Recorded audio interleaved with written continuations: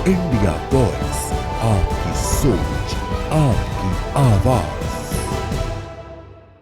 खबर झारखंड देखना शुरू कर चुके हैं आप। मैं आपके साथ अब्दुल नबी हसन हूं। बुलेटिन की शुरुआत कर लेते हैं। झारखंड बीजेपी प्रदेश कार्यालय में पूर्व केंद्रीय मंत्री स्मृति ईरानी ने प्रधानमंत्री नरेंद्र मोदी के 11 साल पूरा होने पर प्रेस कॉन्फ्रेंस करके केंद्र सरकार की उपलब्धियों को गिनाया। उन्होंने कहा कि ये 11 साल सेवा, सुशासन और गरीब कल्याण के रहे हैं। स्मृति ईरानी ने बताया कि सरकार ने 25 करोड़ गरीबों को डीबीटी के माध्यम से सीधी सहायता दी है। कोविड काल में हर नागरिक को वैक्सीन दी गई। 15 करोड़ घरों तक स्वच्छ जल पहुंचाया गया और उज्ज्वला योजना के जरिए महिलाओं को स्वच्छ ईंधन मिला। स्वच्छता भारत मिशन में 12 करोड़ शौचालय बनाए गए। उन्होंने ये भी कहा है कि मोदी सरकार में 60% मंत्री एससी, एसटी और ओबीसी वर्ग से हैं। साथ ही धारा 370 को हटाने, कृषि बजट को 5 गुना बढ़ाने जैसे बड़े फैसले मोदी सरकार की नीति और नीयत दोनों को दर्शाते हैं।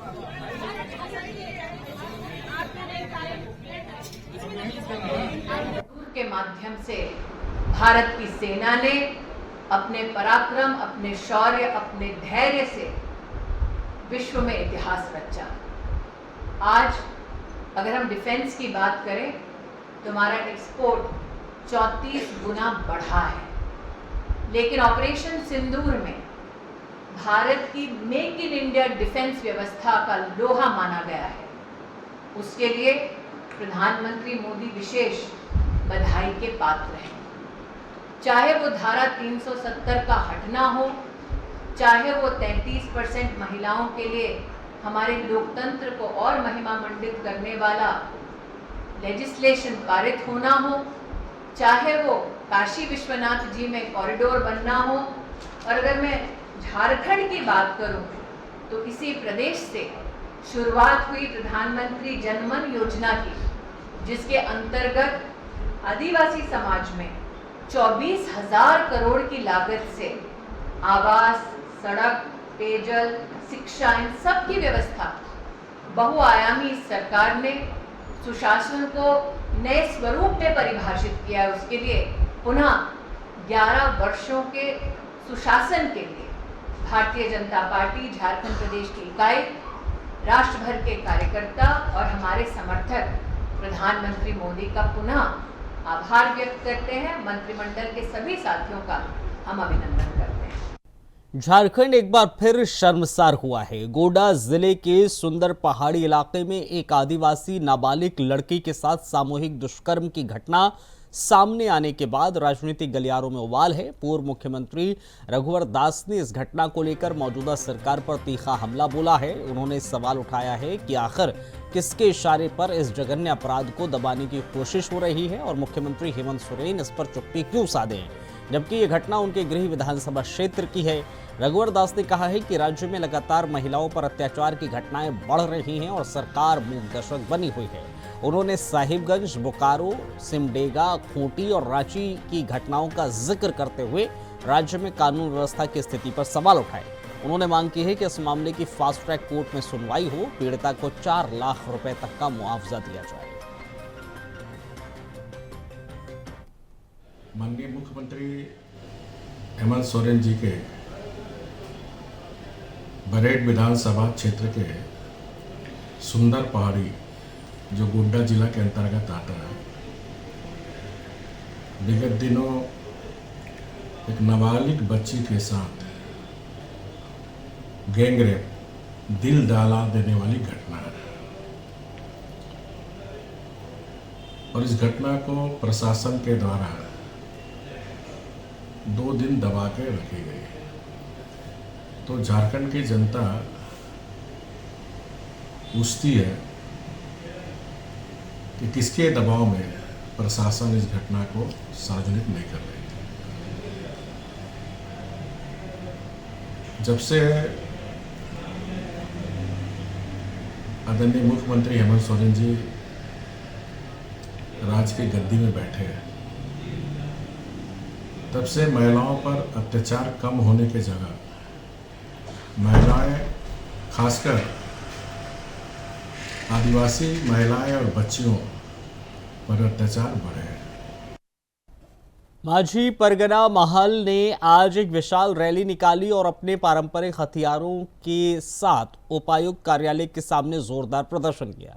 इस प्रदर्शन का मकसद नगर निकाय और नगर पंचायत के खिलाफ अपनी आवाज को बुलंद करना था। माझी परगना महल का आरोप है कि पंचायत क्षेत्रों को बिना अनुमति नगर निगम या नगर परिषद में शामिल किया जा रहा है, जिससे पेशा कानून और नगर निगम कानून के बीच टकराव हो सकता है। उन्होंने सरकार से अनुरोध किया है कि पंचायतों को नगर निगम और नगर परिषद से अलग रखा जाए ताकि पेशा कानून का सम्मान हो सके। आदिवासी समाज के लोग विकास में बाधक नहीं हैं, लेकिन उनका कहना है कि पंचायत क्षेत्र में पंचायत की भूमिका बनी रहे और यहां नगर निगम है वहां उसका काम चले। साथ ही उन्होंने जातीय जनगणना से पहले सरना धर्म कोड लागू करने की मांग की है।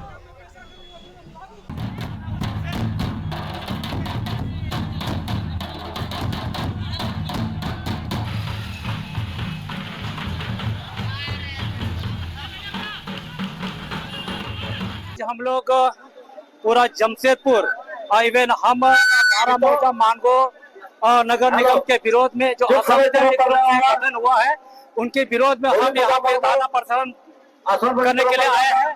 और ये हम इस धरना प्रदर्शन के माध्यम से अपनी हमारे मांग जो है ना सरकार के तक काम पहुँचाना चाहते हैं कि असंवैधानिक नगर निगम जो चुनाव प्रक्रिया और इसका जो अवैध रूप से गठन हुआ है इसको निरस्त किया जाए, क्योंकि आज तक संसद में इस तरह का कानून पारित नहीं हुआ है जो शेड्यूल क्षेत्र में नगर निगम या नगर पालिका का गठन हो। इसलिए हम लोग ये धरना प्रदर्शन के माध्यम से आज हम लोग इसको विरोध करने आ रहे हैं। और दूसरी बात, आज पेशा कानून जितना जल्द हो सके झारखंड पे लागू हो जाए। और तीसरी मांग हमारे ये है कि पूरे भारत में हम यहाँ पे आदिवासी समुदाय लगभग 12 करोड़ के आसपास हैं। ये नगर निगम का विरोध हो रहा है और आदिवासी क्षेत्र में जो नगर निगम का विस्तारीकरण हो रहा है उस पर रोक लगेगा। जहाँ पंचायत चुनाव होता है वहाँ नगर निगम का गठन करने का रोक लगाने के लिए।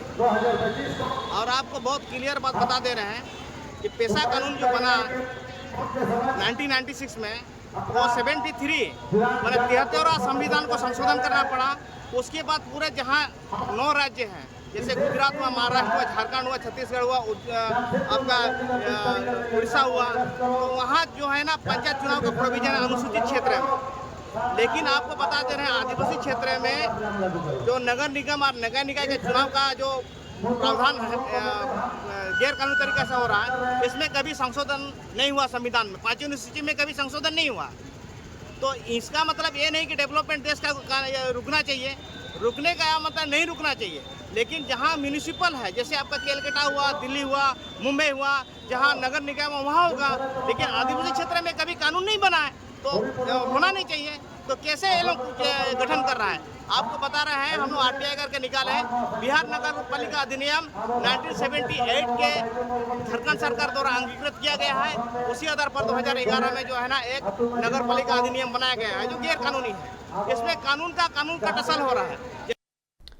नशा एक गंभीर समस्या बनकर समाज और परिवार को खोखला कर रहा है, खासकर युवाओं को इसका शिकार बनाता जा रहा है। इसके बढ़ते खतरे को देखते हुए जमशेदपुर जिला प्रशासन ने 1-2 सप्ताह तक चलने वाले जागरूकता अभियान की शुरुआत की है। उपायुक्त कार्यालय से आज जागरूकता रथ को हरी झंडी दिखाकर रवाना किया गया, जो जिले के ग्रामीण और शहरी इलाकों में घूमकर नशे में होने वाली बीमारियों और समस्याओं के बारे में लोगों को जागरूक करेगा। इस अभियान में जिला प्रशासन के साथ सामाजिक संस्थाएं भी सक्रिय रूप से सहयोग कर रही हैं। इनके साथ ही नुक्कड़ नाटकों के जरिए नशा मुक्त समाज बनाने का प्रयास किया जा रहा है। उपायुक्त करण सत्यार्थी ने सभी से अपील की है कि युवा पीढ़ी नशे से दूर रहे और इसके लिए सभी को जागरूक होना चाहिए। एक बार कौन बोल दिया बकवास बात? झारखंड सरकार के निर्देशानुसार ये अभियान स्टार्ट किया गया है जो अगले 2 सप्ताह तक चलेगा। तो जैसा कि आप सभी जानते हैं कि ड्रग्स की समस्या खास करके जो यंग जनरेशन बहुत और इसके दो पक्ष हैं। एक तो जो इसका क्राइम वाला पार्ट है, जिसको प्रशासन की ओर से, पुलिस की ओर से लगातार इस पे रोकथाम की जा रही है, और इसका एक दूसरा पक्ष अवेयरनेस से रिलेटेड भी है। हर परिवार को, हर व्यक्ति को खुद अवेयर होना पड़ेगा कि ड्रग्स के यूज़ के जो इल इफेक्ट्स हैं वो क्या है। तो जो क्राइम वाला पार्ट इसका है उसके लिए पुलिस और प्रशासन लगातार लगी हुई है, परंतु जो जागरूकता वाला पार्ट है, अवेयरनेस वाला पार्ट है, वो इन जो 4 रथों को आज रवाना किया गया है, इसके माध्यम से, और जो यंग जनरेशन के लोग हैं उनके ऊपर नाटक के माध्यम से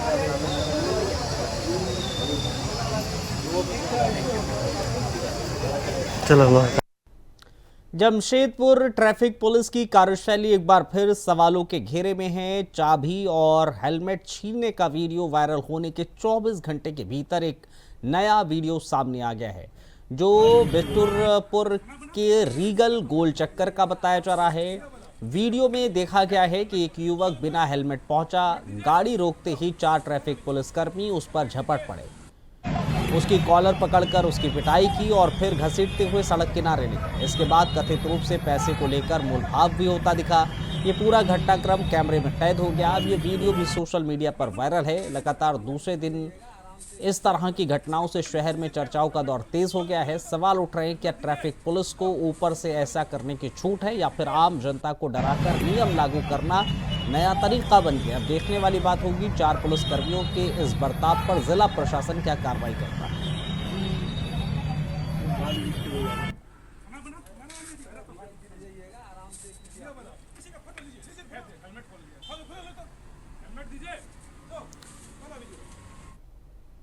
राहुल गांधी को झारखंड हाईकोर्ट से आंशिक राहत तो मिली है, लेकिन 6 अगस्त को उन्हें सशरीर कोर्ट में पेश होना होगा। दरअसल बीजेपी नेताओं पर कथित टिप्पणी को लेकर राहुल गांधी के खिलाफ चाईबासा की एमपी एमएलए कोर्ट में मानहानि का मामला चल रहा है, जिसमें उन्हें 26 जून को पेश होने के निर्देश दिए गए हैं। इस आदेश को चुनौती देते हुए राहुल गांधी ने हाईकोर्ट में क्वेश्चनिंग याचिका दायर की है। सुनवाई करते हुए न्यायमूर्ति अनिल कुमार चौधरी ने फिलहाल किसी भी दंडात्मक कार्रवाई पर रोक तो लगा दी है, लेकिन राहुल गांधी की उपस्थिति जरूरी कर दी है। यानी कि कोर्ट की दहलीज पर राहुल गांधी को खुद आना होगा। यह सिर्फ कानून की मांग नहीं, सियासत का संकेत भी माना जा रहा है। कंपनी के मामले में संज्ञान लेते हुए चाईबासा के एमपी एमएलए की विशेष अदालत ने कांग्रेस नेता राहुल गांधी को 26 जून को सशरीर उपस्थित होने का निर्देश दिया था, जिसे चुनौती देते हुए राहुल गांधी ने झारखंड उच्च न्यायालय के समक्ष याचिका दायर की थी। उस पर आज सुनवाई करते हुए माननीय न्यायमूर्ति अनिल कुमार चौधरी की अदालत ने 6 अगस्त को राहुल गांधी को सशरीर चाईबासा एमपी एमएलए की विशेष अदालत के समक्ष उपस्थित होने का निर्देश दिया है। तब तक के लिए किसी भी प्रकार की पीड़क कार्रवाई पर रोक रहेगी।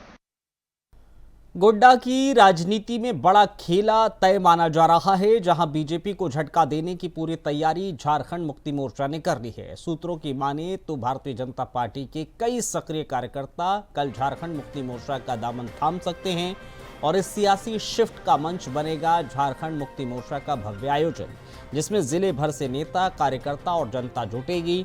इस कार्यक्रम को लेकर अटकलों का बाजार गर्म है। माना जा रहा है कि कल गोड्डा की राजनीति में कई चौंकाने वाले चेहरे सामने आ सकते हैं, जो बीजेपी को छोड़कर जेएमएम में शामिल होंगे। सवाल यही है कि क्या ये सिर्फ दल बदल है या किसी बड़े राजनीतिक समीकरण का ट्रेलर गोड्डा में सियासी पलटी देखने को मिलेगी।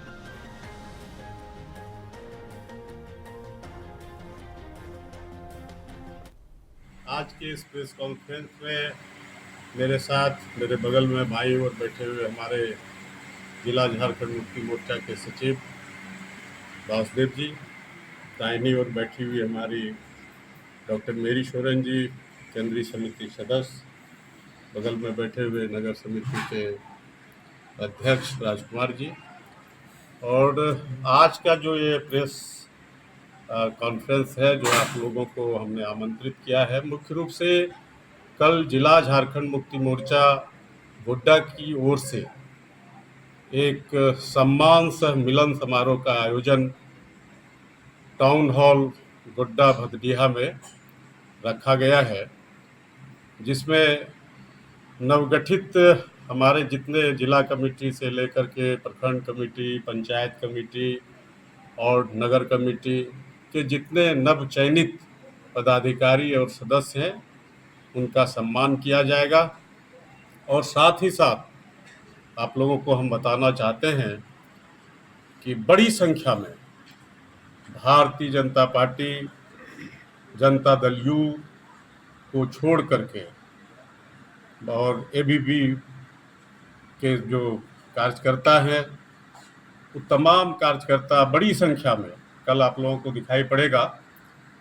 वो झारखंड मुक्ति मोर्चा के नीति सिद्धांतों में विश्वास करते हुए माननीय मुख्यमंत्री और हमारे पार्टी के केंद्रीय अध्यक्ष हेमंत सोरेन जी के कार्यों पर खुश होकर के इस अबुआ सरकार ने जो यहाँ के आम आवाम के लिए जो काम किया है उससे खुश होकर के जेएमएम के नीति सिद्धांतों को मानते हुए वो कल अपना योगदान करेंगे।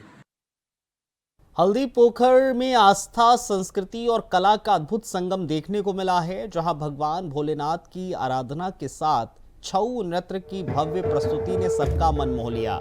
पोटका के अलग अलग गांवों की छऊ नृत्य कमेटियों ने रामायण, महाभारत, कृष्ण लीला और शिव महापुराण की झलकियां प्रस्तुत कर प्राचीन धार्मिक कथाओं को मंच पर जीवंत किया है। इस आयोजन में सभी समुदाय के लोगों ने भागीदारी की और रात भर चले इस सांस्कृतिक उत्सव का भरपूर आनंद लिया। सैकड़ों की संख्या में जुटे श्रद्धालु कला और भक्ति के इस संगम में डूबे नजर आए। छऊ नृत्य के माध्यम से लोगों ने दिखा दिया कि झारखंड की प्राचीन परंपरा आज भी जीवित है। भावी पीढ़ियों तक इस विरासत को संजोए रखने का कार्य निरंतर जारी है।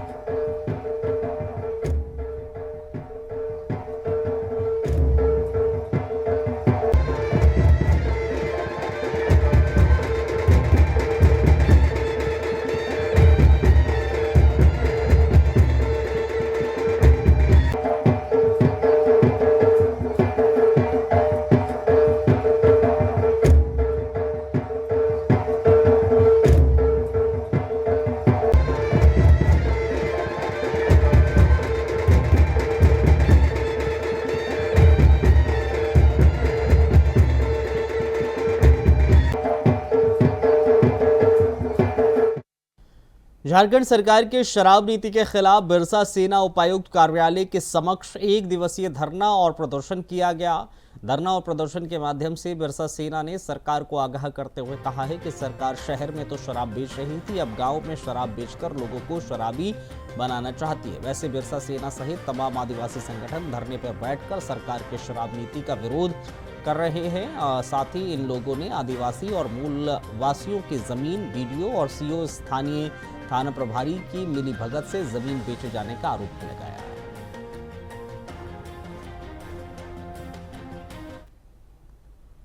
झारखंड बने 24 साल हो चुका है और इन 24 सालों में झारखंड का जो दशा देखा जा रहा है ये किसी से न छुपा है और न किसी से विलुप्त हुआ है। तो मैं बोलना चाहूंगा कि जो हमारी 10 सूत्री मांग है उस 10 सूत्री मांगों में सबसे पहला मांग जो हमारे जो अंचल कार्यालय में जिस तरह से जीएम लैंड को मतलब धड़ाधड़ बेचा जा रहा है और जिस तरह से ये लोग धांधली करके जब हम उस जमीन पे उतरते हैं बचाने के लिए, वो सारा जमीन जो है ग्रामीण क्षेत्रों में है। आज एनएच से लेके आप देख लीजिएगा हाथा रोड तक सारे जगह में देखेगा इस जमीन को लूटने के लिए अंचल अधिकारी और वहां के थाना प्रभारी खड़े रहते हैं और जब उनका विरोध करते हैं तो कहीं ना कहीं उन पे हमारे ऊपर में केस कर दिया जाता है। और हमारा दूसरा जो शराब नीति जो लाया गया है सरकार के तरफ से वो हम कतई स्वीकार नहीं करेंगे। आप ग्रामीण क्षेत्रों में सरकार का शराब का ठेका खोल के क्या साबित करना चाहते हैं? इतना हमारे लोगों को शराब में ही डुबो के सारा जमीन को लूटा गया और आज वही शराब नीति लाके आप वहां पे ठेका चलाना चाहते हैं। आप क्यों नहीं लाते शिक्षा नीति? आप क्यों नहीं लाते रोजगार नीति? ये कहीं ना कहीं आपकी कमजोरी है और आपकी विफलता है। और हमारा जो तीसरा मांग है जिसमें हमारा JPRA1 जो हम कतई बर्दाश्त नहीं करेंगे। झारखंड पंचायती राज अधिनियम नहीं हम स्वीकार करेंगे। हम पेशा को मानते हैं। हम 1997 में जो लागू हुआ है उस पेशा को मानेंगे, जो हमारा रूढ़ी प्रथा, जो हमारा ग्राम सभा से संबंधित होगा। हम कहते हैं कि अबादिसुम अबवा राज, और गांव में हमारा राज। तो ये राज हमको चाहिए। हमें नहीं चाहिए यहाँ पे कोई भी नगर निगम या किसी तरह का पंचायती राज नहीं चाहिए। हमारा राज चाहिए, हमारा ग्राम सभा चाहिए, हमारा माझी हड़प चाहिए, हमारा क्या बोलते हैं मांझी हड़म चाहिए, हमारा डोकलो सोई चाहिए, हमारा पहान चाहिए, हमारा मन की चाहिए। हमको नहीं चाहिए JPRA1। सीधा सा बात है। मेन मुद्दा किस लिए? मेन मुद्दा यही है कि जिस तरह से आदिवासियों के अधिकारों को लेके हर बार यहाँ पे सबसे ज्यादा बड़ा मुद्दा है जमीन, और जमीन की लूट चल रही है, क्योंकि ये लोग आदिवासियों को जमीन से बेदखल करना चाहते हैं, और इस जमीन से बेदखल करने के लिए ये शराब नीति लाके खड़ा कर दिया है। शर्म आना चाहिए इन लोगों को। और इसमें और एक भी जोड़ना चाहेंगे कि जितने भी हमारे आदिवासी धर्म स्थल है, चाहे वो लुगुबुरु, पारसनाथ, चाहे वो हमारा सिरमटोली सरना स्थल, चाहे हमारा दिवड़ी मंदिर, यहाँ पे सारा का सारा लूट चल रहा है और बाहरीकरण करने का काम किया जा रहा है। खबर जमशेदपुर से है, जहां पर लोगों ने नशे के खिलाफ आंदोलन करने का ऐलान किया है। इस दौरान जन कल्याण समिति की ओर से बैठक की गई, जिससे समाज विकास हो सके। बैठक में चर्चा की गई। इसमें नशा करने वाले युवक और नशे का कारोबार करने वालों के खिलाफ सामाजिक बहिष्कार और कानूनी कार्रवाई की मांग की गई। दरअसल बैठक में महिला पुरुष के साथ नौजवान भी शामिल हुए। बस्तियों में नशे के खिलाफ आंदोलन का ऐलान किया गया, ताकि बस्ती में विकास हो, युवा पीढ़ी जो है वो शिक्षित हो। नशे के खिलाफ आंदोलन का ये ऐलान। के लिए बहुत कुछ किया भी और हमेशा करता भी रहूँगा। जो मुझे दायित्व मिला है उसके अनुसार मैं चाहूँगा कि जितने ज़्यादा से ज़्यादा बस्ती का विकास हो। यहाँ के नशाखोरी, गुंडागर्दी और जो भी चोरी चारी हो रहा है वो हमारी जिम्मेवारी, हमारे कमेटी की जिम्मेवारी है कि उसे हम जितने जल्दी रोकथाम करेंगे। इसके लिए हम प्रशासन से भी मदद लेंगे। और ये जो जन कल्याण संघर्ष समिति बहुत पुराना है, जिससे हमने बहुत सारे विकास किए हैं। आगे भी जो दो तो स्कूल खुले हैं, पानी भी बस्ती को मिला, साफ सफाई भी हुआ। खबर गंगा मेमोरियल हॉस्पिटल से है, जहां एक दिवसीय मेघा स्वास्थ्य चिकित्सा शिविर का आयोजन हुआ। इस दौरान सभी मरीजों को निःशुल्क स्वास्थ्य जांच के साथ दवाइयां दी गई। वहीं निःशुल्क ECG, blood pressure, blood sugar और ब्लड ग्रुपिंग की जांच की गई। दरअसल शिविर को आयोजित करने का मुख्य उद्देश्य सभी जरूरतमंद और गरीब लोगों को तक चिकित्सा सुविधा का लाभ पहुंचाना है। इस शिविर में 1000 मरीजों के स्वास्थ्य जांच के साथ मरीजों के निःशुल्क ऑपरेशन की सुविधा दी।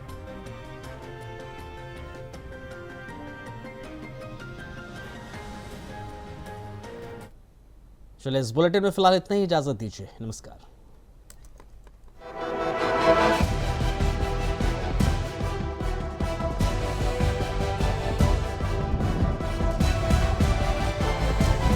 इंडिया वॉइस, आपकी सोच, आपकी आवाज।